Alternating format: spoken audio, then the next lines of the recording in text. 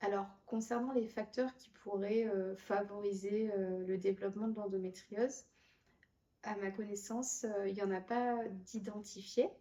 La théorie la plus courante qui est exposée pour expliquer l'endométriose, c'est le reflux des règles par les trompes.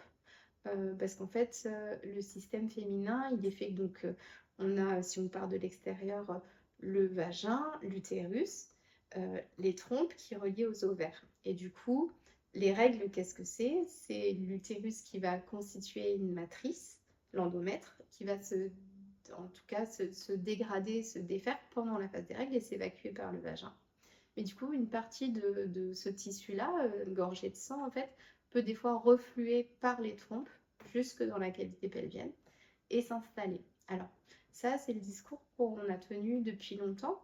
En fait, maintenant, avec la recherche qui avance, on se rend compte que le tissu qui crée les nodules d'endométriose, c'est pas exactement de l'endomètre, qu'en fait, c'est de l'endomètre un peu modifié et notamment qui peut venir faire des atteintes au niveau neurologique.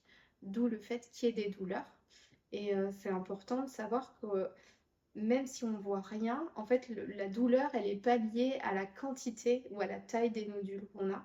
Donc, des fois, on peut avoir des profils de femmes où on ne voit rien du tout aux examens et aux imageries, mais qui ont de très, très grosses douleurs parce qu'en fait, les cellules au niveau neurologique sont atteintes.